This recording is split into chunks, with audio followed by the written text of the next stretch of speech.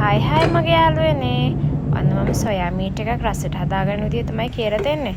ඔන්න ඔක්කොටම කලින් හොඳට නෝතර එකක් රත් කරලා සොයා මීට් බෝල්ස් ටික දාලා හොඳට තඹ ගන්න. ඊට පස්සේ ඔන්න මං වගේ ඇටි රත් වෙන්න තියලා ඒකට අබෑට එතකොට උළුහල් කුරුළු ඒ තුනම දාලා හොඳට තලා ගන්න. තලාගෙන හොඳට ඒක තෙලේ බැදෙන්න අරින්න හොඳට. ඒ අතරතුර කර කරගන්න එපා. බලන් ඉන්නකෝ ඔක හරිම රසයි.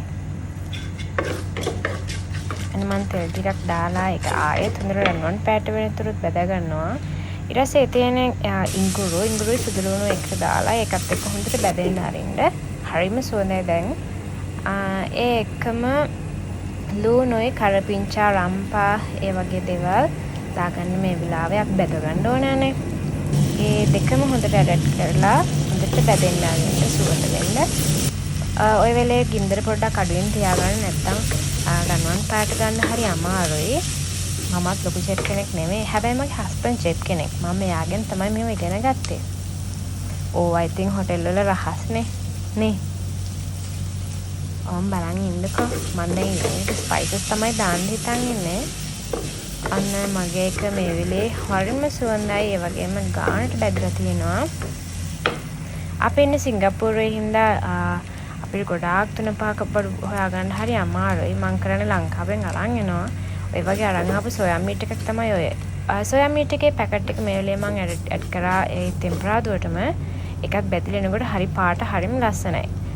ඒ වෙලේ මම ලුණු චුට්ටක් දාගත්තා. මොකද මං ඒ පැකට් එකේ තිබ්බට ලුණු මං කොහොමද ටිකක් දාගන්නවා. ඒක අපේ ටේස්ට් එක. ඔය දාන්නේ ඩාර්ක් සෝයා සෝස්. පොඩ්ඩක් ඇක්ලිත් හැදුනා. ඔය තියෙන ලංකාවේ මිරිස් කුඩු එකක්. අපි ඉතින් කොහේ හිටියත් ලංකාවේ බඩුනේ. මේ වෙලේ මම දාගත්ත සොයා බෝල්ස් ටික ඒකත් එක්ක හොඳට මික්ස් කරලා ඔක චුට්ටක් වහලා තියන්න. ඒ අතරතුර මම තක්කාලි අමිරිසුයි දාගත්තා.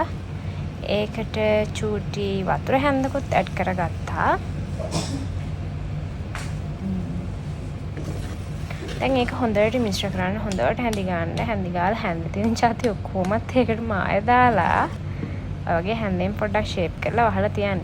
චුට්ටක් කළා තැම්බෙන්න ඇරලා බලන්න එක වගේ බුබුලු දාද්දි ආයෙ හොඳට මිශ්‍ර කරලා ඒකට දැන් අපි දාන්න යන්නේ පොල් කිරි. මෙහෙනම් ඉතින් ගන්න තියෙන ඔය වගේ පැකට් තමයි.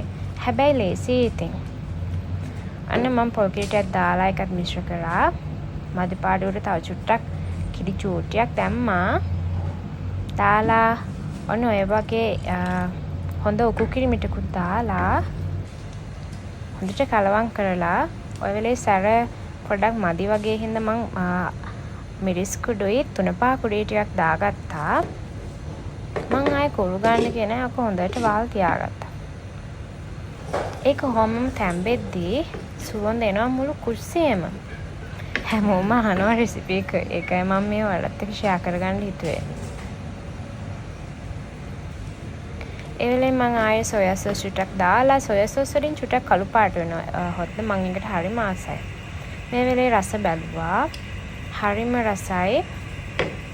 ඔන් දැන් ආයෙ චුට්ටක් මිශ්‍ර කරලා පොඩ්ඩක් ඔක නැටෙන්න අරින්න.